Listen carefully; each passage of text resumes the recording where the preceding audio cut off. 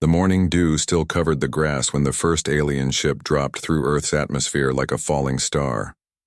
300 miles above the small town of Cedar Falls, invisible shields flickered to life around the dark metal vessel. No human radar detected its presence. No satellite tracked its descent.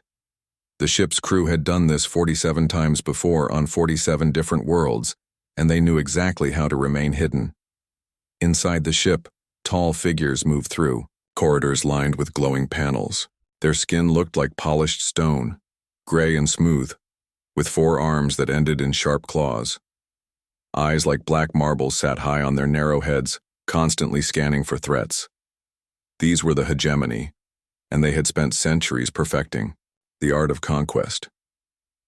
Wrath pressed his primary hand against the command console and felt the familiar hum of scanning equipment coming online. As the ship's leader, he had personally overseen the subjugation of 12 primitive worlds. This mission should be simple. Their deep space probes had already confirmed that Earth's dominant species possessed no natural weapons, no thick hide, no venomous fangs, just soft pink skin and fragile bones. Beginning surface analysis, announced his second-in-command, Voss. The younger hegemony officer had been eager to prove himself worthy of command.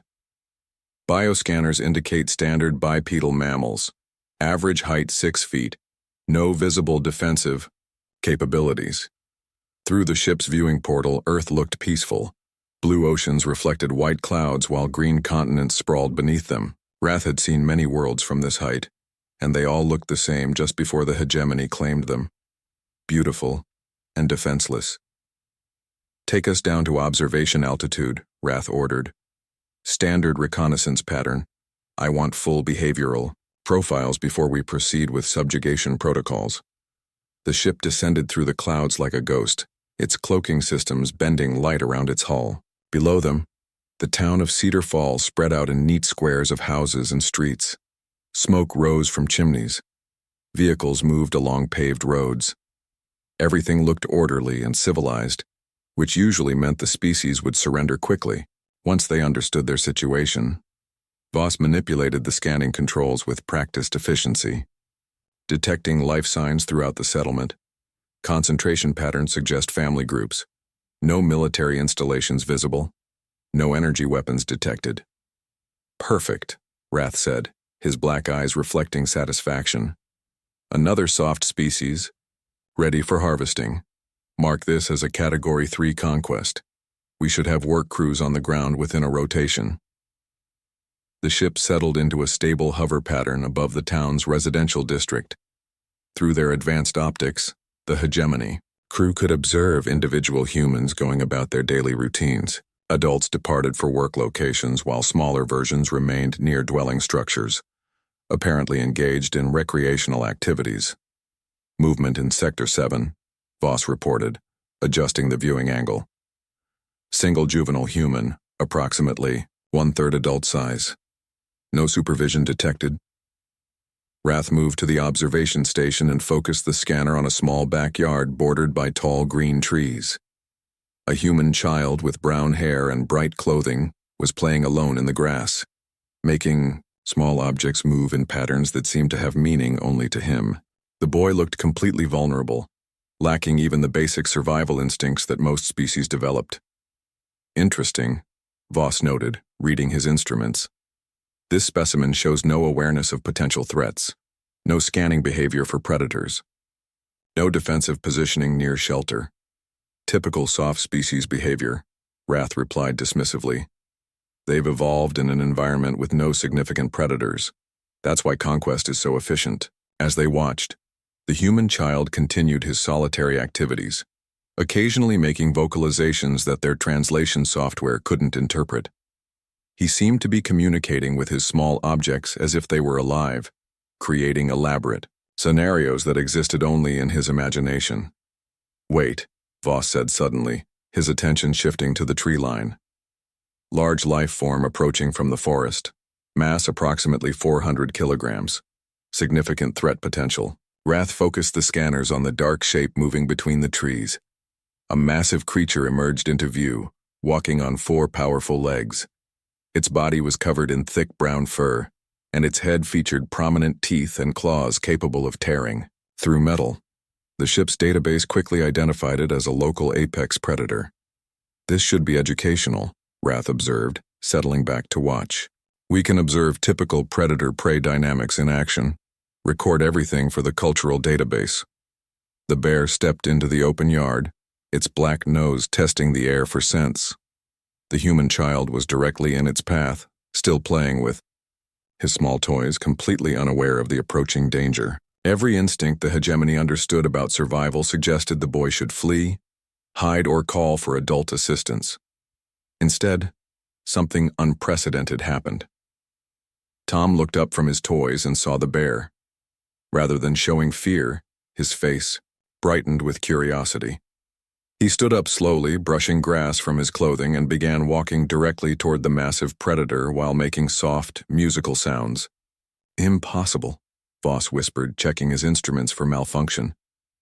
"The juvenile is approaching a superior predator voluntarily. This contradicts all known behavioral patterns." Wrath leaned forward, his 4 eyes focused intently on the scene below. The human child continued walking toward certain death, but his body language showed no distress signals, no elevated heart rate, no stress hormones flooding his system. Instead, he appeared genuinely excited by the encounter. The bear stopped, moving when the boy approached within touching distance. For several moments, the two species regarded each other with what could only be described as mutual curiosity. Then the child extended one small hand and gently touched the bear's massive head. Rather than attacking, the bear allowed this contact. It sniffed the boy's hair, examined his strange clothing, and seemed to accept his presence as non-threatening. After a few minutes of this impossible interaction, the bear simply turned and walked back into the forest, leaving the unharmed child waving goodbye. "Record malfunction?" Voss asked hopefully. "No malfunction," Wrath replied grimly, reviewing the sensor data. "We just witnessed a juvenile member of our target species casually interact with a creature capable of killing it instantly. Either this planet's predator-prey relationships are completely alien to our understanding, or we've seriously miscalculated this species' capabilities." Below them, Tom returned to playing with his toys as if nothing unusual had happened. He seemed completely unconcerned that he'd just survived an encounter that should have killed him. Instead, he appeared energized by the experience, creating new games that seemed to involve brave characters facing impossible odds. "Continue observation," Wrath ordered, though uncertainty crept into his voice for the first time in years. "I want detailed analysis of all local species interactions. Something about this world doesn't match our projections." The ship remained, hidden in the afternoon sky, its crew beginning to understand that their 48th conquest might not proceed as smoothly as the previous 47. Dawn broke across the forest with golden light filtering through ancient pine trees, but the hegemony observation team had not slept.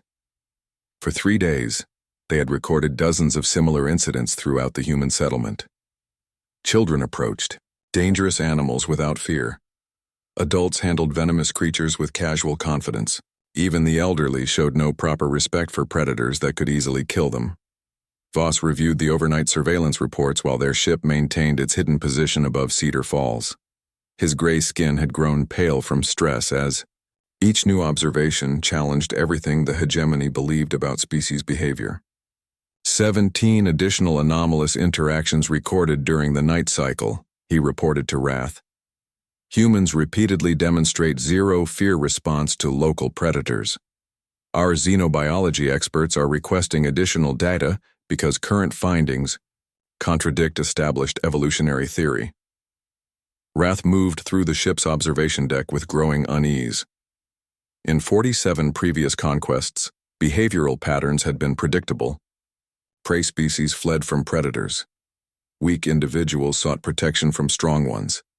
Primitive cultures showed appropriate submission when confronted by superior technology.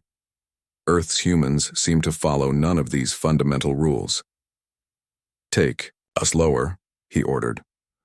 "I want to observe predator behavior when humans aren't present. Maybe the local species are simply weakened by some planetary condition." The ship descended through morning mist until it hovered just above the tree line. Through their advanced optics, the crew could see deep into the forest where human influence should be minimal. This would provide a control group for their behavioral studies. Movement caught their attention near a rocky outcrop where several streams converged. A pack of local predators emerged from thick brush, moving with coordinated efficiency that spoke of intelligence and pack hunting experience. The ship's database identified them as wolves, apex predators known for bringing down prey many times their individual size through teamwork and persistence. Finally, Voss said with relief, standard pack predator behavior. This should provide normal baseline data for comparison. The wolves moved in perfect formation, surrounding a smaller creature that had been drinking at the stream. Their target appeared to be some type of local mammal, roughly the size of a human child but built low to the ground with dark fur marked by white stripes. The ship's scanners classified it as a honey badger, a solitary omnivore with no special defensive capabilities. Predicted outcome is obvious, Voss noted, recording the encounter. 7 pack predators versus 1 isolated prey animal. Engagement duration should be less than 60 seconds. Wrath settled in to observe what he hoped would be the first normal predator-prey interaction they'd witnessed on this confusing planet. The wolves closed their circle with practiced skill, cutting off all escape routes. The honey badger was trapped with nowhere to run, facing certain death against overwhelming odds. What happened next defied every prediction their combat computers could generate. Instead of fleeing or cowering in submission, the honey badger turned toward the largest wolf and charged straight at it with explosive fury. The small creature moved like a berserker, all teeth and claws and unstoppable rage, hurling itself at an opponent 3 times its size without any consideration for the mathematical impossibility of victory. The lead wolf, caught completely off guard by this suicidal assault, stumbled backward as the honey badger latched onto its throat with incredible determination. Rather than providing support, the other pack members hesitated, apparently confused by prey that fought back with such ferocious intensity. "This is impossible," Voss whispered, checking his instruments frantically. "The smaller creature should be dead. Pack predators don't retreat from solitary prey." But retreat they did. As the honey badger maintained its death grip on the lead, wolf's throat, drawing blood and refusing to release its hold despite claws and teeth tearing at its own flesh. Something extraordinary happened. The pack's coordination collapsed. Individual wolves began backing away from the fight, their body language shifting from confident predators to uncertain animals facing something they didn't understand. The lead wolf finally broke free from the honey badger's grip, but instead of pressing the attack with its packmates, it also began retreating. Blood matted its fur where small but determined teeth had found their mark. The honey badger, wounded but still radiating aggressive defiance, advanced toward the retreating wolves as if it were the larger predator. Within minutes, the entire pack had withdrawn into the forest, leaving the honey badger victorious through sheer refusal to accept defeat. The small creature sat by the stream cleaning its wounds, apparently unconcerned that it had just accomplished something that should have been mathematically impossible. "Run the combat analysis again," Wrath ordered, his voice tight with concern. There must be some factor we're missing. Voss manipulated the data while their ship's computers processed every variable they could measure. Size advantage, numerical, superiority, pack coordination, individual combat capability, environmental factors, biological weapon systems. Every calculation confirmed the same conclusion. The wolves should have won, Voss reported grimly. No significant error in our analysis. The honey badger simply refused to follow predicted behavioral patterns. It fought as if survival mathematics didn't apply. Through their observation screens, they watched the honey badger finish cleaning its wounds and return to foraging, as if the life-or-death battle had been nothing more than a minor interruption. Meanwhile, the wolf pack could be tracked through the forest, moving rapidly away from the area with clear signs of demoralization.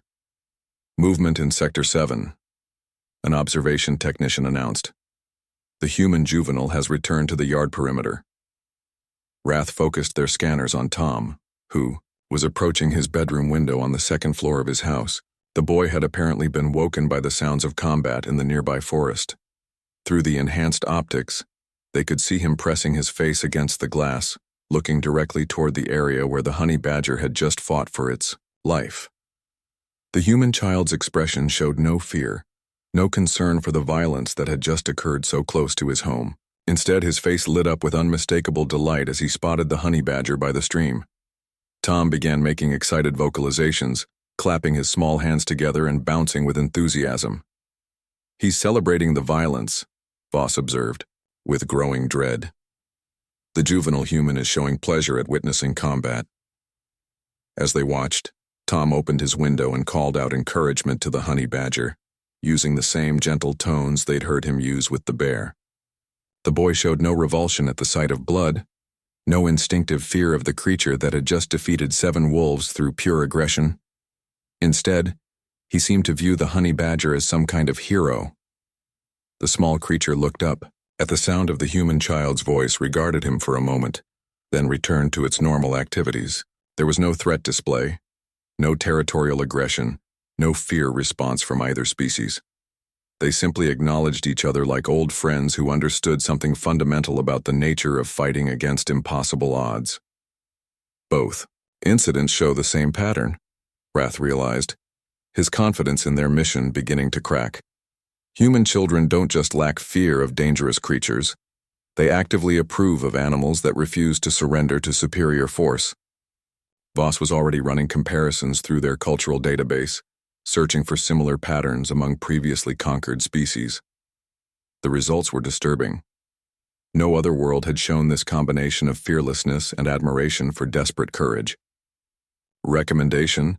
Rath asked, though he was beginning to suspect he already knew the answer. "Continue observation," Voss replied reluctantly.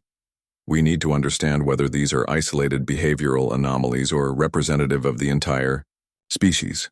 If all humans share these psychological characteristics, our standard subjugation protocols may be insufficient." The ship remained hidden above the forest while its crew grappled with the uncomfortable possibility that they had encountered something completely outside their experience. Below them, a human child continued watching the honey badger with obvious admiration. Both species united by something the hegemony was only beginning to understand. The decision came from the hegemony high command through encrypted channels that crossed light years in seconds. After reviewing the behavioral reports from Cedar Falls, the military strategists had reached their conclusion. Anomalous animal. Interactions were interesting but irrelevant. Conquest would proceed on schedule. Rath read the orders while his ship prepared for the final phase of their mission.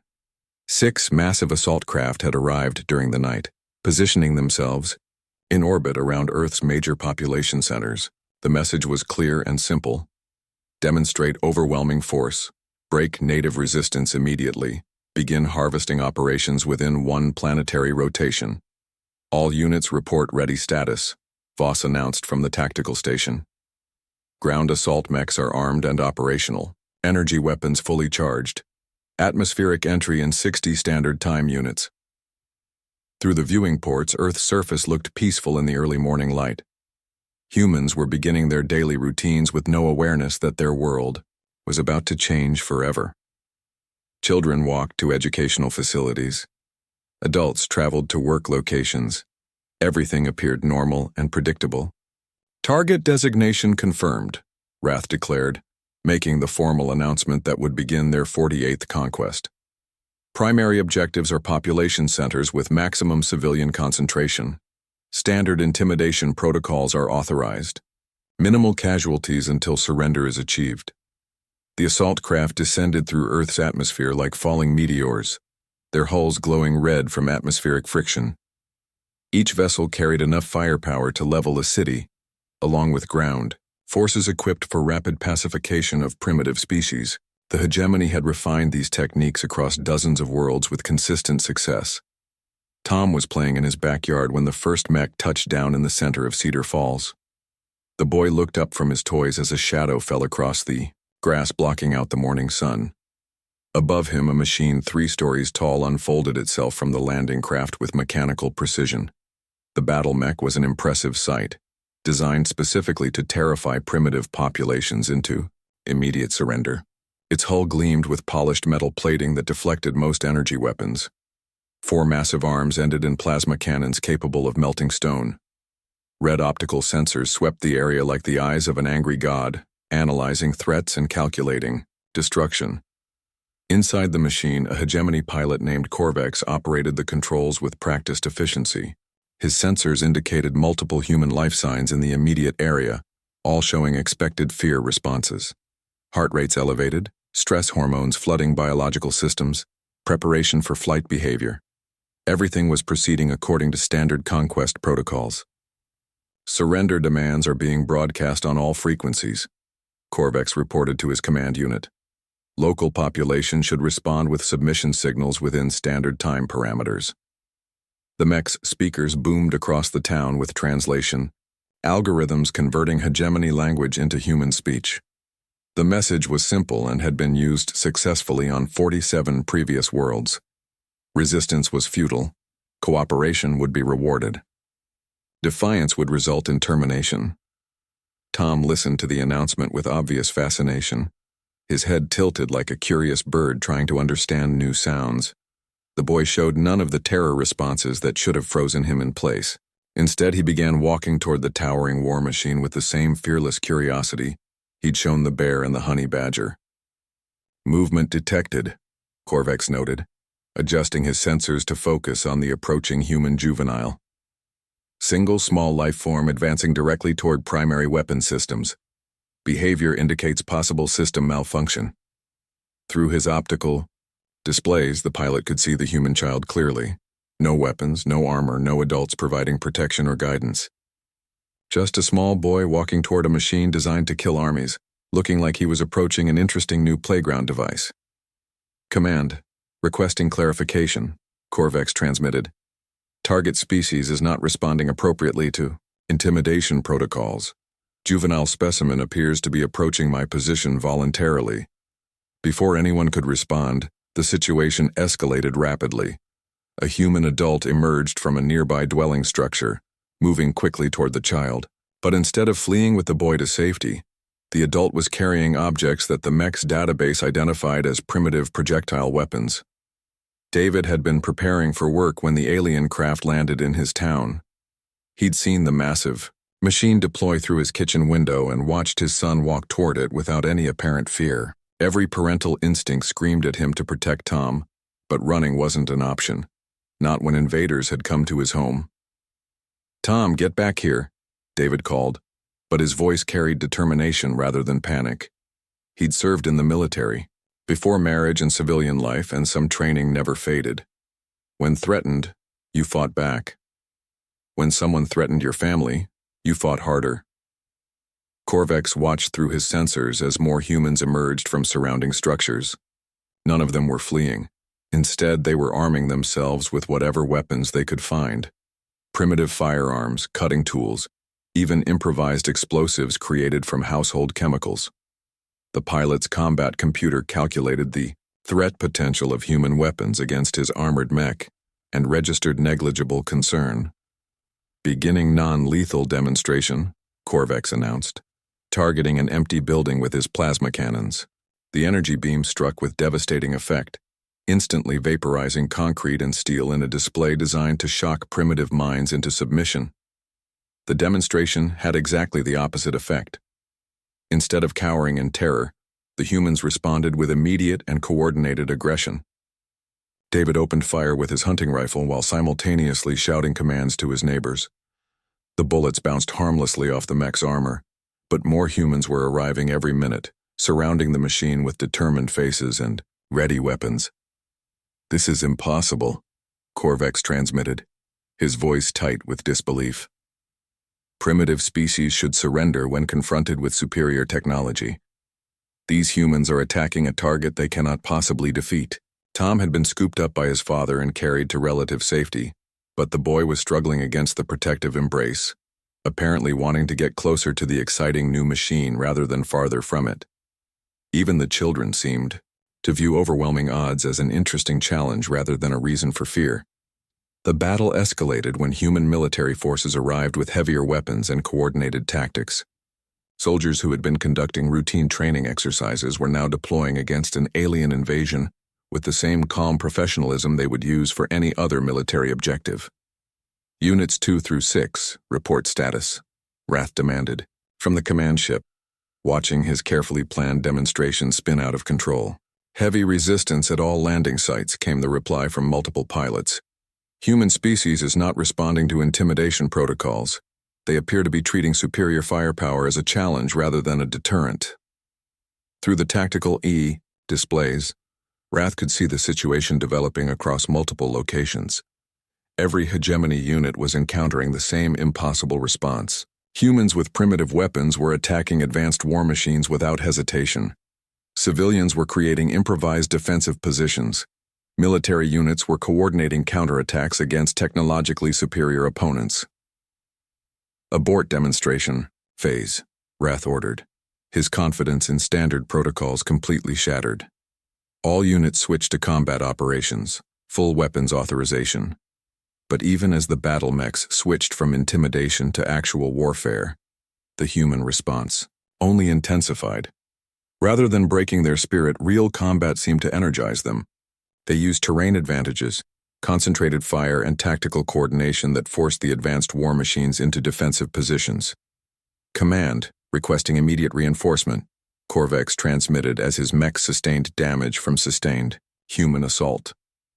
Enemy forces are employing tactics that contradict all behavioral predictions. They refuse to retreat despite catastrophic casualties. Above the battlefield, Tom watched from his father's arms as humans fought impossible odds, with the same fearless determination he'd seen in the honey badger. The boy wasn't crying or showing trauma. Instead, his face showed the same admiration he'd displayed for the small creature that had refused to surrender to the wolf pack. For the first time in his military career, Wrath began to understand that the hegemony might have encountered something completely beyond their experience, a species that didn't just lack proper fear responses, but seemed to draw strength from hopeless situations. The war room aboard the hegemony command ship buzzed with confused activity as reports flooded in from all combat zones. Battle mechs that had conquered entire star systems were requesting evacuation. Elite assault troops were pinned down by humans using modified farming equipment as weapons. What should have been a simple demonstration of power had become a grinding conflict with no clear resolution. Wrath stood before a wall of tactical displays, each screen showing a different human settlement where their forces were engaged. The pattern was identical everywhere. No matter how overwhelming the hegemony advantage, humans refused to surrender. They fought with primitive weapons against advanced technology, accepted horrific casualties without breaking, and somehow managed to inflict damage on superior forces through sheer determination. Sector analysis complete, Voss reported, his gray skin now pale with exhaustion. 17 major population centers engaged simultaneously. Human resistance is universal. No requests for negotiation received. No offers of surrender detected. The data made no sense according to everything the hegemony understood about conquest dynamics. Primitive species always attempted diplomacy when faced with superior firepower. They sought terms, tried to negotiate favorable surrender conditions, or at minimum sent representatives to discuss peaceful coexistence. Humans seemed to consider only one option: fight until either they won or everyone was dead. Show me the behavioral analysis from the initial observation period, Wrath ordered, pulling up the files from their surveillance of Cedar Falls. Something in those early recordings had to explain this impossible situation. The main screen displayed the footage of Tom encountering the bear, then switched to the honey badger fighting the wolf pack. Wrath had reviewed these recordings dozens of times, but now he watched them with growing understanding. The human child's reaction to both incidents wasn't random curiosity, it was recognition. Computer, analyze human cultural databases, Wrath commanded. Cross-reference observed behaviors with historical patterns. The ship's artificial intelligence processed terabytes of intercepted human communications, entertainment media, educational materials, and historical records. Within minutes, a comprehensive analysis appeared on the tactical displays, and Wrath felt his confidence in hegemony superiority begin to crumble completely. Human culture is built around celebrating hopeless battles, Voss read from the cultural assessment, his voice growing increasingly disturbed. Historical records show consistent patterns of glorifying individuals and groups who fought against overwhelming odds. Military defeats are commemorated as victories if participants refused to surrender. The computer displayed examples with devastating clarity. Humans told stories about 300 soldiers holding off thousands at Thermopylae. They celebrated a last stand at the Alamo, where defenders died rather than surrender. They honored resistance fighters who chose death over submission across dozens of conflicts throughout their violent history. "This is madness," Wrath whispered, scrolling through more examples. They teach their children to admire military disasters. They create entertainment celebrating individuals who choose death over retreat. Their entire cultural foundation is based on refusing to accept defeat. More data flooded the screens as the analysis continued. Human religions praised martyrs, who died for their beliefs. Their literature featured heroes who faced impossible odds with willing sacrifice. Their educational systems taught children that courage meant fighting when you couldn't win, not when victory was certain. The honey badger incident makes perfect sense now, Voss realized, pointing to the forest surveillance footage. The human juvenile wasn't observing anomalous animal behavior. He was watching a creature demonstrate the fundamental value system of his entire species. Wrath replayed the scene of Tom laughing and clapping as the honey badger fought 7 wolves. The boy's delight wasn't random. He was witnessing something that represented everything his culture had taught him to admire. Small against large, outnumbered against superior force, refusing to surrender despite mathematical impossibility of victory. Tactical assessment update, the ship's computer announced. Human resistance patterns match cultural behavioral predictions with 97% accuracy. Species demonstrates planetary-wide psychological adaptation, favoring combat against superior opponents. The implications hit Wrath like a physical blow. Humans hadn't evolved in an environment without predators.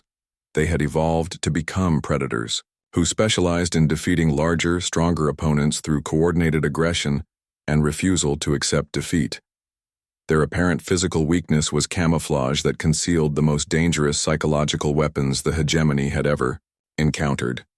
"Communication incoming from Sector Command," Voss announced, his hands trembling as he operated the console. "Fleet Admiral requesting immediate status update."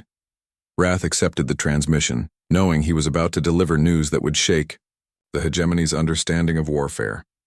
The holographic image of Admiral Thane materialized, his ancient features marked by countless successful conquests across the galaxy. "Status report, Commander," Thane demanded.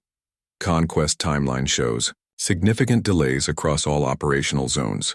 Admiral, we have encountered unprecedented resistance," Wrath began carefully. "The human species possesses psychological characteristics that contradict all previous behavioral models. Standard intimidation protocols are completely ineffective." "Elaborate," Wrath gestured toward the tactical displays showing ongoing combat across Earth's surface. Humans do not surrender when faced with superior force. Instead, they become more aggressive. Their cultural conditioning has prepared them to view hopeless battles as desirable rather than something to be avoided. Admiral Thane's expression remained neutral, but his eyes showed growing concern as Wrath continued the briefing. Combat footage played across multiple screens, showing human civilians attacking battle mechs with improvised weapons, military units, coordinating suicidal charges against overwhelming firepower, and children being evacuated not to safety, but to defensive positions where they could contribute to the fighting. "Assessment?" Thane asked after reviewing the evidence. "They're not a primitive species waiting for harvest," Wrath replied grimly.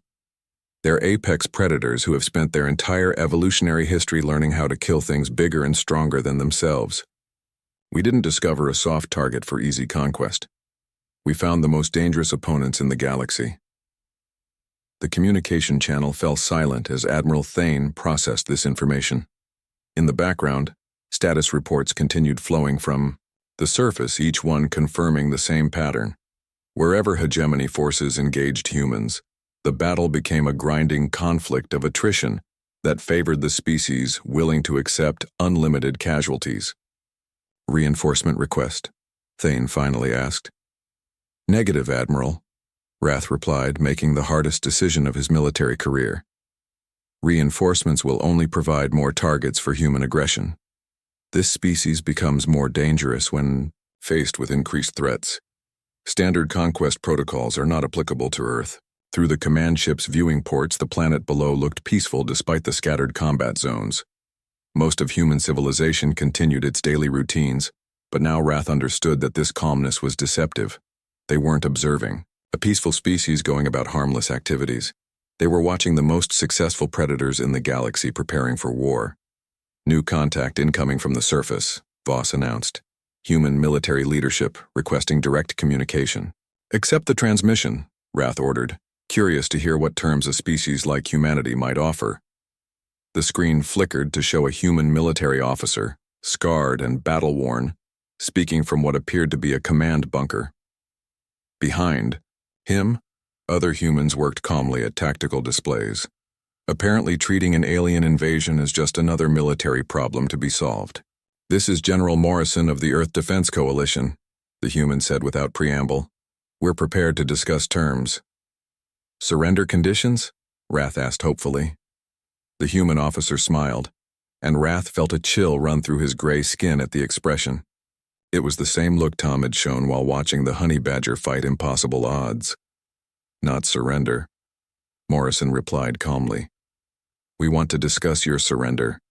You have 1 hour to withdraw your forces and depart our system permanently. After that, we stop playing defense and begin hunting your ships."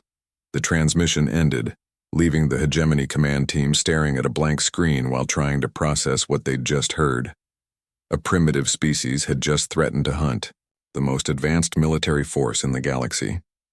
The human ultimatum hung in the air of the command ship like a toxic cloud, poisoning every tactical calculation the Hegemony tried to make. 1 hour to withdraw or face active hunting by a species they had dismissed as primitive prey animals. Wrath stared at the silent communication screen while his crew waited for orders that might determine the fate of their entire invasion force. "Status report from all surface units," Wrath commanded, hoping the situation might have improved while they processed the human demands. The reports that followed painted a picture of systematic disaster across every engagement zone. Battle mechs, designed to terrorize primitive populations, were being overwhelmed by coordinated human tactics. Assault troops with superior weapons and armor found themselves trapped in defensive positions by enemies who treated death as an acceptable price for victory. Unit 7 reports critical damage from improvised human explosives, came one report. Unit 12 is requesting immediate evacuation after sustaining coordinated rocket attacks from civilian population. Unit 3 has been completely disabled by human forces using modified industrial equipment. Voss compiled the tactical data with increasing desperation. Total casualties, 43% of ground forces disabled or destroyed. Human casualties estimated at 12 times our losses, but resistance is intensifying rather than weakening. They appear to be using our tactical advantages against us. Through the observation ports, Earth continued its deceptively peaceful appearance. But now Wrath understood what he was really seeing. A planet full of apex predators who had spent millennia perfecting the art of killing opponents that should have been able to kill them first. Every human settlement contained individuals trained, from childhood to view hopeless odds as an interesting challenge. "Incoming transmission from Admiral Thane," Voss announced, his voice tight with stress. The fleet commander's hologram materialized with an expression that suggested he had been reviewing situation reports from across the theater of operations. "Commander Wrath, I have disturbing news from our other engagement zones. Similar resistance patterns are being reported from every major human population center. This is not a localized phenomenon." Wrath felt his hope for a manageable situation collapse completely. "Universal resistance, Admiral?" "Worse than universal," Thane replied grimly. "Human military forces are beginning to coordinate globally. They're sharing tactical information, redistributing resources, and adapting their strategies in real time. We're not fighting individual settlements anymore. We're fighting an entire planet that's learning how to kill us more efficiently with each engagement." The strategic display updated to show global human activity patterns, and the picture was terrifying. Transportation networks were shifting to move weapons and personnel toward alien landing sites. Communication systems were coordinating resistance efforts across continents. Manufacturing facilities were being rapidly converted to produce anti-alien weapons using principles stolen from captured hegemony technology. "They're reverse engineering our equipment," Voss observed with disbelief. "Primitive species aren't supposed to understand advanced technology well enough for rapid adaptation." "They're not primitive," Wrath corrected, finally accepting the full scope of their miscalculation. "They're a tool-using species that has survived by learning to kill anything that threatens them. We didn't invade a planet of harmless prey animals. We attacked a world full of problem solvers who specialize in making bigger problems disappear." The tactical situation deteriorated further as human forces began implementing strategies that defied conventional military logic. Instead of concentrating their forces for defensive battles, they were dispersing into smaller units that could strike at multiple targets simultaneously. Rather than protecting their civilians, they were arming non-combatants and integrating them into military operations. "Movement detected in Sector 7, an observation technician reported. The human settlement where we began initial surveillance." Wrath focused the scanners on Cedar Falls, expecting to see the town evacuated or converted into a refugee center. Instead, he found something that chilled him to his core. The human child Tom was back in his backyard, but now he wasn't alone. Dozens of children had gathered around him, all listening intently as he pointed toward the forest and made animated gestures. "What are they doing?" Voss asked, adjusting the sensors for better resolution. Through their enhanced optics, they could see Tom recreating the honey badger incident for his audience, using toys and gestures to demonstrate how the small creature had defeated 7 wolves through sheer refusal to surrender. The other children watched with rapt attention, asking questions and requesting him to repeat certain parts of the story. "He's teaching them," Wrath realized with growing horror. "The human juvenile is using the animal behavior we observed as an educational example. He's training other children to admire desperate courage against impossible odds." As they watched, adult humans began arriving in the backyard, but instead of dispersing the children or moving them to safety, the adults began setting up what appeared to be training equipment. Obstacle courses, target ranges, and tactical planning areas were rapidly constructed, while the children continued their discussions about fighting when you couldn't win. "They're not evacuating their young," Voss observed, his voice barely above a whisper. "They're preparing them for combat operations." The scene expanded as more families arrived, transforming the peaceful residential area into an impromptu military training facility. Children as young as Tom were being taught basic tactical concepts, while teenagers received instruction in weapons handling and coordinated movement. Adults moved between groups, sharing knowledge and refining techniques with the casual efficiency of a species that had been preparing for this moment their entire evolutionary history. "Transmission incoming from Human Military Command," the communications officer announced. "General Morrison is requesting immediate response to their ultimatum." "Time remaining?" Wrath asked, though he already knew the answer would be devastating. 17 minutes until human deadline expires," Voss replied, monitoring the tactical displays that showed their forces still engaged across multiple battlefields. "Withdrawal of all ground units would require minimum 40 minutes under optimal conditions." Wrath made the hardest decision of his military career. "Begin immediate evacuation of all surface forces. Authorization Omega-7. Abandon all non-essential equipment." "Sir, Omega-7 protocols will leave significant technology in human hands," Voss warned. "They'll have access to our weapons systems, communication equipment, and tactical databases." "Better than leaving our personnel in human hands," Wrath replied grimly. "A species that teaches children to fight hopeless battles will not be offering prisoner exchange programs." The evacuation order went out across all channels as hegemony forces began their desperate withdrawal from Earth's surface. Battle mechs that had dominated battlefields across the galaxy fled from human civilians armed with improvised weapons. Elite troops abandoned positions they should have been able to hold indefinitely against primitive opponents. As the alien forces retreated, humans didn't celebrate or declare victory. Instead, they immediately began salvaging abandoned equipment and analyzing captured technology, with the systematic thoroughness of a species accustomed to learning from every encounter. Within hours, Human engineers were reverse engineering hegemony weapon systems and adapting them for human use. Final ground unit reporting successful evacuation, Voss announced. All personnel accounted for.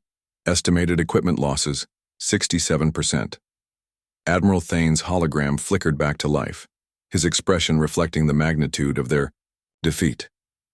Commander Wrath, you are ordered to withdraw immediately to minimum safe distance. Full fleet retreat is authorized. Admiral, what do we report to High Command? Wrath asked, dreading the conversation that would follow their return. The truth, Thane replied soberly. We encountered a species that cannot be conquered through conventional means. Earth is to be classified as a prohibited zone. No further contact authorized. As the hegemony fleet began its withdrawal from Earth's solar system, Wrath took one final look at the planet through his observation screens. In the backyard where this disaster had begun, Tom was still teaching other children about the honey badger that had refused to surrender to superior force. The boy looked up toward the sky as if he could see the departing alien ships, waved cheerfully, and returned to his lesson about fighting when you couldn't win. His parents found him there hours later, laughing with his friends about the funny robots that had visited their town. When his father asked if the alien invasion had scared him, Tom looked genuinely confused by the question. Fear wasn't something he understood, any more than the honey badger had understood why it should run from wolves, or humans understood why they should surrender to superior technology. 3 months later, the Galactic Council received the hegemony's official report on Earth. The planet was reclassified from available for harvesting to extreme hazard, no contact authorized. A warning was added to all star charts and distributed to every spacefaring civilization in the galaxy. The warning was simple: inhabited by apex predators masquerading as social mammals. Species demonstrates planet-wide psychological conditioning favoring combat against superior opponents. Approach prohibited. Retreat immediately if contact occurs. Do not engage under any circumstances. Humanity remained completely unaware of their new reputation as the galaxy's most dangerous species. They continued their daily lives, raised their children to admire courage against impossible odds, and occasionally told stories about the time aliens visited Earth and then left really quickly for some reason. But across the galaxy, the legend spread among spacefaring races. Earth was the place where a species of small, soft creatures had looked at the most advanced military force in known space and decided to fight rather than surrender, where children laughed at violence and adults taught warfare as a basic life skill. The honey badger became an unofficial symbol among galactic military forces, representing the terrifying concept of opponents who simply refused to acknowledge that they couldn't win. And somewhere in a small backyard on Earth, a human child continued playing with his toys, completely unaware that his laughter at a small animal's defiant courage had helped save his entire world.